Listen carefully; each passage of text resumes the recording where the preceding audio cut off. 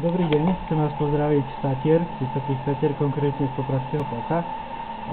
Rozhodol som sa trošku oddychnúť, alebo som na menšej dovolenke v Tatrách, avšak mal som nejaké zaujímavé myšlienky a rozhodol som sa s vami podeliť práve v tomto videu o 3 aspekty obchodovania.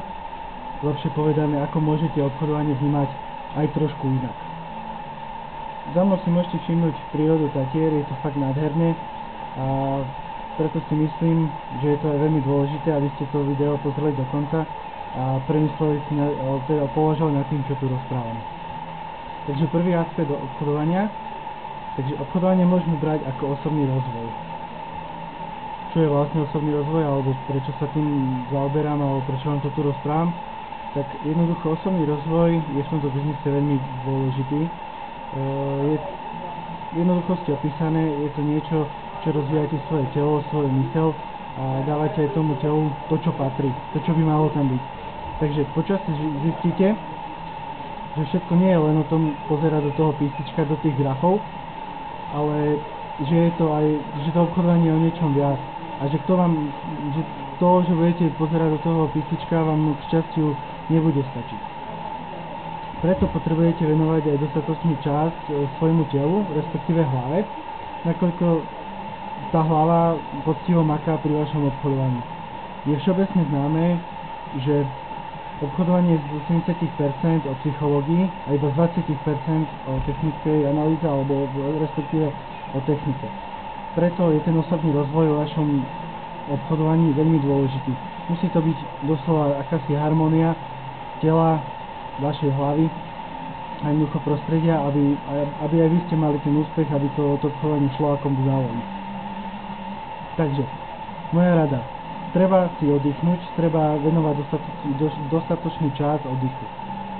Zastaviť sa a popremýšľať o tom, kam smeruje vaše obchodovanie, prehodnotiť vaše ciele, ktoré ste si stanovili na začiatku vašej kariéry obchodníka alebo kariéry obchodníka, a teda stále treba prehodnocovať váš obchodný plán. Všetci vieme, že obchodný plán je dôležitý, avšak pokiaľ ho nebudeme kontrolovať a nebudeme venovať dostatočnú pozornosť, je možné, že sa odchýlime od tých cieľov plánu a potom samozrejme naše obchodovanie nie je úspešné a strácame, prerábame. Druhý aspekt, obchodovanie môžeme brať ako slobodu. Sloboda je slovo, ktoré v každom rezonuje určite a privádza pocit šťastia a pocit dobrého pocitu. Tu by som povedal, že je to krásny biznis, čo sa týka tejto slobody. Sami si môžete všimnúť, že som v Tatrách.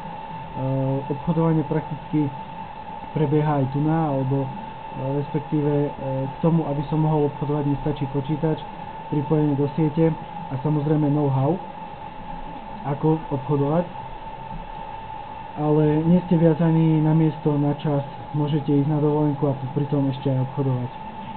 Vlastne postupne si uvedomíte, že sa z vás stáva lepší človek, správate sa zodpovednejšie, ste disciplinovanejší obchodník a vlastne to všetko súvisí s tou slobodou. Hej? Netreba zabúdať na pocit, keď peniaze pracujú za vás a nie vy pre nich. A tento pocit je fakt na nezaplatenie. Z vlastnej skúsenosti viem povedať, že je to tak. Tretí aspekt je obchodovanie ako motivátor k ďalšiemu rozvoju obchodovania. Možno trošku zložitejšie povedané, ale v jednoduchosti ide o to, aby ste išli do akcie. Chuť ísť do akcie, proste obchodovať.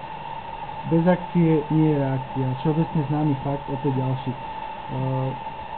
Bez toho, aby ste pravidelne obchodovali, nemôže ani ten úspech a týmto profitovanie prísť. Takto to jednoducho nefunguje, respektíve v začiatkoch určite nie. Musíte si nájsť čas, musíte si vytvoriť ten pravidelný zvyk, alebo respektíve pravidelnú rutinu. Každý deň o nejakej druhej napríklad idem v písničku, idem obchodovať. Toto tvorí úspech, alebo vytvorenie toho zvyku, hlavne v tých začiatkoch, je nesmierne dôležité. Iba tak sa viete posunúť ďalej, na ďalšie úrovne a k tomu, aby to obchodovanie malo aj ten zmysel a bolo profitabilné. Bez akcie to jednoducho nejde. Takže choďte do toho, obchodujte, proste Nevrajím, že bez hlavu, jasne dodržujte obchodný plán, money management a tak ďalej, ale robte to často. Bez toho, aby ste neobchodovali často, jednoducho to nemôže prísť, nemôžu prísť tie výsledky. A najmä v tých začiatkoch, narážam na začiatočníkov alebo aj pokročilých, je nutné si vytvoriť ten priestor k tomu obchodovaniu a ísť do toho. Nebáť sa proste otvoriť obchod, keď vám to proste vaše pocity, vaše telo rozpráva, nebrať na mozog, či je to teraz logické alebo nie. Choďte do toho jednoducho. Až potom uvidíte na tých výsledkoch, či to bolo správne a ako to bolo správne. Potom to môžete meniť, optimalizovať, riešiť money management a tak ďalej. Jednoducho choďte do toho naplno. Robte to formou learning by doing, teda učte sa tou praxou. Obchodujte, lebo inak sa nedá pohnúť ďalej. Hej. To je recept na váš úspech, alebo respektíve aj na úspech ako taký. Iba to, že budete niečo robiť, viete, kde máte tie slabiny a čo treba opraviť, čo treba doladiť. A k tomu vám pomôžem aj ja, to je jasné. Takže ešte by som povedal, čo vás v tom môže odradiť. Stála klasika, strach. To, že nemáte, alebo teda bojíte sa straty neúspešných obchodov. Áno, toho sa bojí každý, toho sa bojím aj ja. Ja mám takisto neúspešné obchody. Ale práve to, že idem do akcie, to, že to robím s tou vášňou, tým nadšením, to ma posúva ďalej. To, že som v Tatrách, takisto proste všetko to na seba vplýva, to prostredie, jednoducho robte to, obchodujte a potom uvidíte tie výsledky, ako sa vedia optimalizovať a tak ďalej a tak ďalej. Neúspechy alebo teda straty patria k životu, bez toho to jednoducho nejde, to máte napísané v obchodnom pláne, ktorý som vám pripravoval. Bez straty nie je nič. A uvedomte si fakt, ak máte dobrý money management, môžete mať aj viac stratových obchodov a napriek tomu budete v pluse. Alebo keď budete používať zaujímavé techniky, napríklad stratégia základného money managementu, ktorú nájdete na blogu mysliteobchodujteinak.sk, určite vám to pomôže. Takže, zhrnuli by sme si, čo sme sa v tomto videu naučili. Takže rozobrali sme si 3 aspekty obchodovania. Prvý bol obchodovanie ako osobný rozvoj. To znamená, máte sa venovať svojmu telu, máte si dopriať jednoduchého oddychu, teda máte sa zharmonizovať svojou hlavou, nechať trošku popremýšľať, zastaviť sa. Druhý aspekt bol obchodovanie ako sloboda. Ide o to, že tento biznis môžete robiť odkiaľkoľvek prakticky na svete. Naučite sa byť cieľavedomejší, zodpovednejší, jednoducho stane sa zločí človek. A tá sloboda je doslova nejaká motivácia k tomu, prečo to robiť, prečo ísť do tej akcie, prečo sa tomu venovať a prečo to robiť tak, ako by sa to malo robiť. Inak. Tretí aspekt bol obchodovanie ako motivátor k ďalšiemu rozvoju obchodovania. To znamená ísť do akcie, nebáť sa otvárať tie obchody, robiť obchody a následne ich optimalizovať, skúmať ich, pozerať sa, ak treba poradiť, brnknite, napíšte mail, nie je problém, poradíme, pomôžeme. Tak, aby ste sa stali proste tým úspešným obchodníkom. To je cieľ proste, aby ste sa pohli ďalej. Najdôležitejšie je ísť do tej akcie. Spraviť prvé kroky. Jednoducho bez toho to nejde. Často si vravíte, že ešte počkam, ešte mám čas, ešte nie je ten správny čas, ešte mám školu, ešte mám prácu, chcem na to kľud, chcem na to čas. Nie, to sú somariny. Proste čakáte na správny moment, ale ten nepríde. Pokiaľ vy si ho neprispôsobíte, pokiaľ vy nechcete, aby prišiel, alebo teda nevytvoríte si ten zvyk, to nepríde. A takisto ani vaše obchodovanie nebude úspešné. Úspech v vašom obchodovaní príde jedine vtedy, ak sa naučíte ísť do akcie, ak sa nebudete báť ísť do akcie a nebudete sa hlavne báť toho, čo môže nastať. Strata nejaká strata, mínus, pokles účtu. To je bežné a tomu sa nevyhnete. Takže zjednodušte si život, začnite myslieť a obchodovať inak spolu s nami. Takže chceli by ste vedieť, ako sa to dá.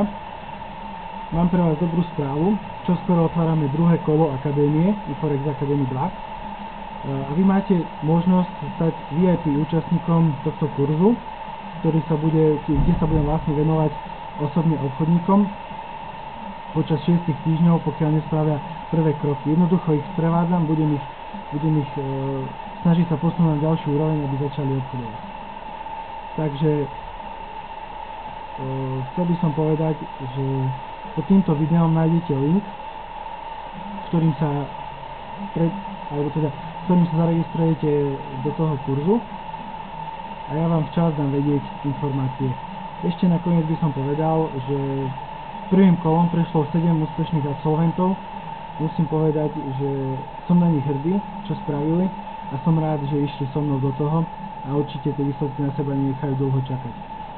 Takže, zjednodušte si život a začnite myslieť a obchodovať inak. Dá sa to. Majte sa, zdravím na Statier. Čaute.